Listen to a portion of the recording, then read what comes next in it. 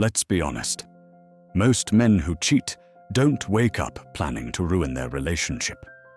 It happens slowly, silently, almost invisibly.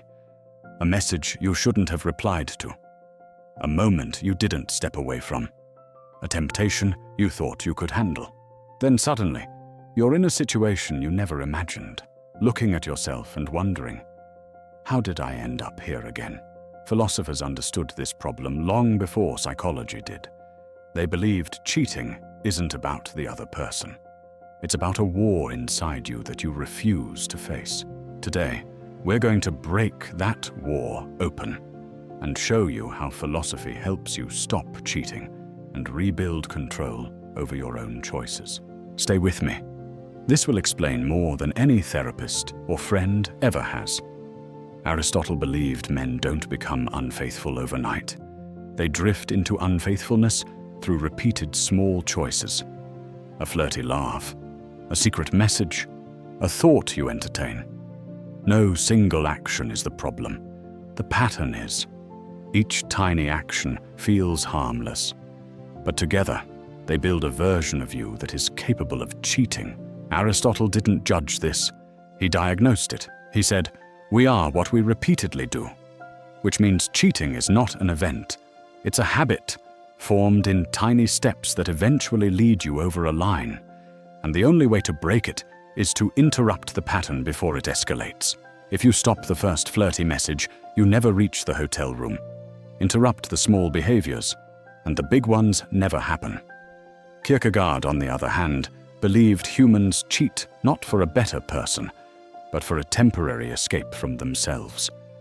Escape from responsibility, escape from boredom, escape from insecurity, escape from the version of yourself you don't want to face. A man often cheats because the fantasy version of himself feels easier than the real one. A man doesn't cheat because another woman is better. He cheats because another woman feels easier. Easier than the arguments, easier than the stress, easier than the self-doubt he hides under confidence. But every escape has a price. The same self you run from meets you on the other side of the affair. So ask the uncomfortable question, what am I trying to escape right now? Be honest. If you name the real problem, the temptation loses its power. Nietzsche hated excuses. He believed every act, good or bad, reveals who you really are. Most men say, "It just happened. I didn't mean to. I wasn't thinking." Nietzsche would look you in the eyes and say, "You walked every step that led there. Take responsibility, or stay weak. Until you take ownership of your choices, your impulses will keep making them for you. Whenever you feel tempted, say, I'm choosing this path. Not fate, not impulse, me." Responsibility kills self-deception and restores control. Stoic philosophy gives the most practical tool, the pause. Pause for 1 second, the moment right before you. Reply to that message. Say yes to that invitation, or cross that line you've crossed before. In that second, you have power. More power than you think. The Stoics believed that temptation loses strength the moment you observe it. Pause for 1 breath before the next step. Ask yourself 3 questions. Will this feel good tomorrow? Is this worth losing trust? What would the stronger version of me do? A single breath can save the relationship you worked years to build. Every philosopher pointed to the same truth. Cheating isn't a relationship problem. It's a self-mastery problem. You don't need to become perfect. You don't need to erase desire.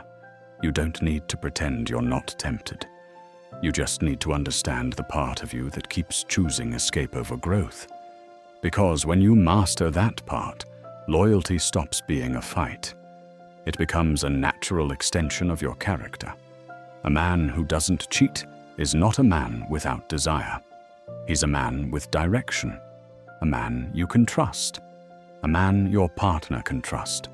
A man you're not embarrassed to look in the mirror at. That is who philosophy helps you become. Is there any other reason why you think people cheat? Write them in the comments below. If you enjoyed this video, Please like and subscribe. See you in the next one.